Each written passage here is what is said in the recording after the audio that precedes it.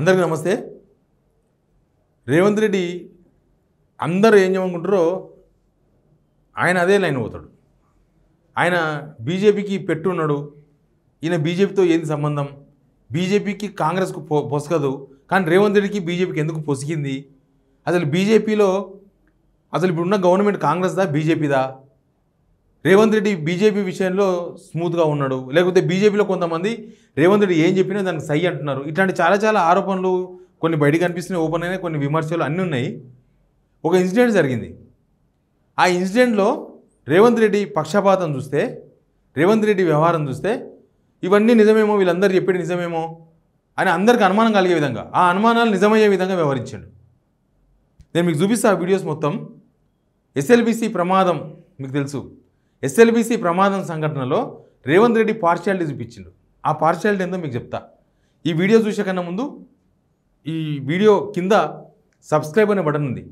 మీరు ఒక్క సబ్స్క్రైబ్ చేసుకోవడం వల్ల సిగ్నల్ టీవీకి 1000 ఏనుగుల బలం దొరుకుతుంది. మీరు ఒక్క సబ్స్క్రైబ్ చేసుకోవడం వల్ల మా గొంతులు నొక్కే వాళ్ళకు అదొక వార్నింగ్ అవుతుంది. కాబట్టి మీరు సబ్స్క్రైబ్ చేసుకోండి, వీలైతే వీడియోని షేర్ కూడా చేయండి. ఎస్ఎల్బీసీ ప్రమాదం జరిగింది. ప్రమాదం జరిగిన తర్వాత నిజంగా ప్రతిపక్షాలు చాలా సమయం పాటించినాయి.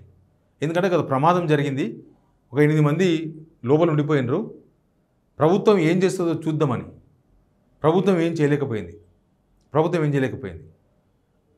పైనంగా కోమరెడ్డి వెంకటరెడ్డి లాంటి వాళ్ళంతా అక్కడ పోయి దీన్ని రాజకీయం చేస్తుంది బీఆర్ఎస్, అక్కడ కూర్చొని మాట్లాడుతున్నారు వాళ్ళు అని రివర్స్ చేసినారు. అది యాక్చువల్గా వీళ్ళు ఎవరు మాట్లాడలేదు, ఏం రాజకీయం మాట్లాడలేదు, కానీ వాళ్ళు మాట్లాడారు. మాట్లాడిన తర్వాత చలో ఎస్ఎల్బీసీ అని మాజీ మంత్రి హరీష్ రావు పిలిపించిండు. ఏం జరిగిందో మీకు తెలుసు, అది కూడా చూపిస్తా.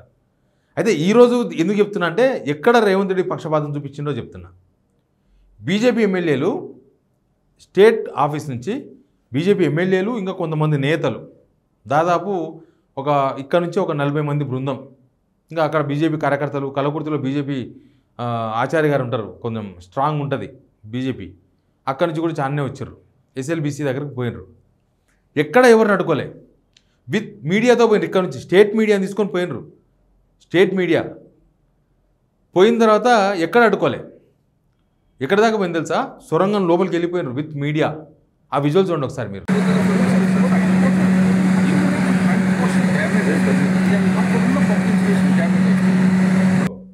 ఈ విజువల్ చూడండి ఒకసారి మీరు.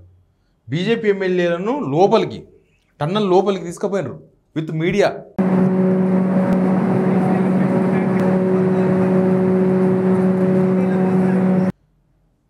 వెంటనే ఇంకొక వీడియో కూడా చూడండి. ఆ వీడియోలో ఏముందో చూడండి ఒకసారి మీరు.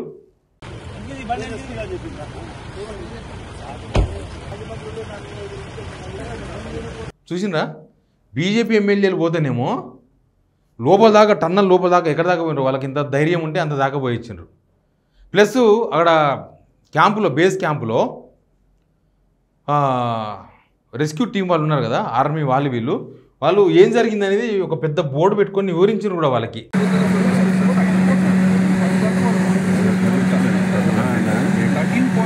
ఈ ట్రీట్మెంట్ చూసినరా? బీజేపీకి ఇచ్చిన ట్రీట్మెంటు బీఆర్ఎస్ వాళ్ళకి ఇయ్యలే.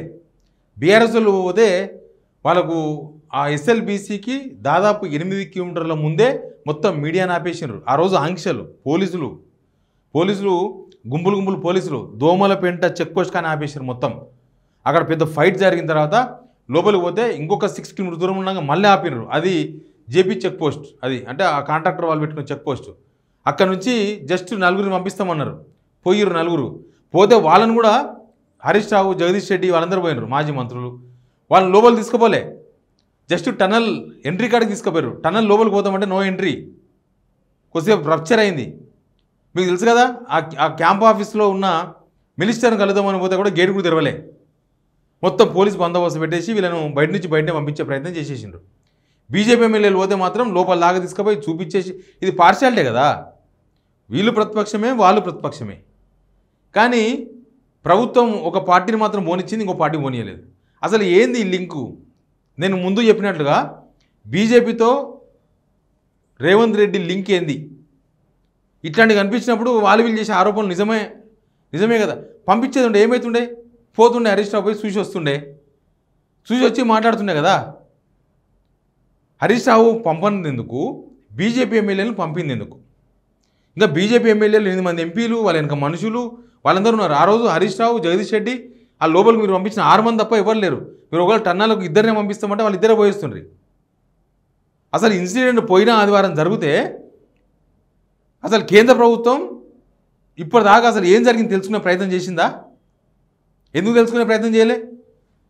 కాళేశ్వరం కాడ ఆ ఫియర్స్ కుంగంగానే మరుసటి రోజే national dam safety authority NDSCA వాళ్ళు వచ్చి లోపలికి దిగకుండానే బయట నుంచే చూసి అయిపోయింది, మొత్తం కుప్పకూలిపోయిందని చెప్పేసి రిపోర్ట్ ఇచ్చేసిండ్రు సాయంత్రానికి. మరుసటి రోజు పొద్దుగాలు ఇచ్చిన రిపోర్ట్. ఈరోజు వచ్చారు, రేపు పొద్దుగాలు ఇచ్చేసిండ్రు. వాళ్ళకి ఏమర్థమైందో తెలియదు. ఇప్పటికీ ఆ NDSCA వాళ్ళు లేకపోతే ఇంకెవరో సెంట్రల్ బృందం ఎవరో CWCO దానికి పర్మిషన్ ఇచ్చిన అథారిటీసో ఎవరు ఇప్పటిదాకా రాలేదు. ఏమైందో వాకప్ చేయలేదు, కనీసం రిపోర్ట్ చేయలేదు. ఇది రేవంత్ రెడ్డిని సేవ్ చేయనికినే అని చెప్పి బీఆర్ఎస్లకు అస్త్రం దొరికింది కదా. ఇది రేవంత్ రెడ్డిని సేవ్ చేయనికినే, రేవంత్ రెడ్డి ఫెయిల్యూర్ బయటికి రాకుండా సెంట్రల్ గవర్నమెంటే కాపాడింది. అందుకే ఎవరు రాలే, NDSCA రాలే, ఎవరు రాలే. అసలు ఈ ఇష్యూలో 8 మంది ప్రాణాలు ఆడ కాళేశ్వరంలో ఎవరి ప్రాణాలు కోల్పోలే, ఎవ్వరు ప్రాణాలు పోలే. ఈడ 8 మంది ప్రాణాలు లోపల అయిపోయింది. అయినా సరే సెంట్రల్ గవర్నమెంట్ వాళ్ళు రాలే, అయినా సరే రిపోర్ట్ ఇవ్వలే. బీజేపీలు పోతే సాదర స్వాగతాలు, బీఆర్ఎస్ వాళ్ళు పోతే రానీలు. ఈ రిమార్కు రేవంత్ రెడ్డికే. నువ్వు బీజేపీయే, నువ్వు రేపు బీజేపీకి పోతావు, కాంగ్రెస్ మొత్తం చీలుస్తావు, నువ్వు ఏకనాథ్ షిండే అవుతావు, ఇట్లాంటి అన్నిటికీ ఇది ఒక ప్రూఫ్ కదా. అప్పుడు కాళేశ్వరం దగ్గరికి బీఆర్ఎస్ గవర్నమెంట్ అప్పుడు ఎవరిని మోనియలే, తప్పే చేసారు. వాళ్ళ తర్వాత అనుకున్నారు పంపిస్తే అయిపోతున్నాయి, ఏముండే అందరు పోయి చూసి వస్తున్నారు, అంతకుమించి ఏముంటుండే. ఇప్పుడు ఎవ్వరు చూసే అవకాశం లేకుండా అప్పుడు రేవంత్ రెడ్డి, రాహుల్ గాంధీ ఇద్దరే పోయి చూసి మొత్తం కూలిపోయిందని ప్రచారం చేస్తున్నారు. ఏమైంది? అందరు చూసి వచ్చింటే వీళ్ళు చెప్పేది అబద్ధమని తెలిసిపోయేది కదా అందరికీ. ఇప్పుడు రేవంత్ రెడ్డి అదే తప్పు చేసిండు. బీఆర్ఎస్ వాళ్ళు పోయి వచ్చింటే లోపలికి పోయిస్తే లోపల ఏముందో చూసి వస్తే అరే మొత్తం మడ్డు ఉంది, గవర్నమెంట్ చేసేకాడికి చేసింది, లేకపోతే ఏం చేయలేని పరిస్థితులు ఉన్నాయని వాళ్ళు కూడా చెప్పే అవకాశం దొరికేది కదా. వాళ్ళు ఒకవేళ రాజకీయం చేస్తే అది కూడా చెప్పే అవకాశం వచ్చేది కదా మీకు.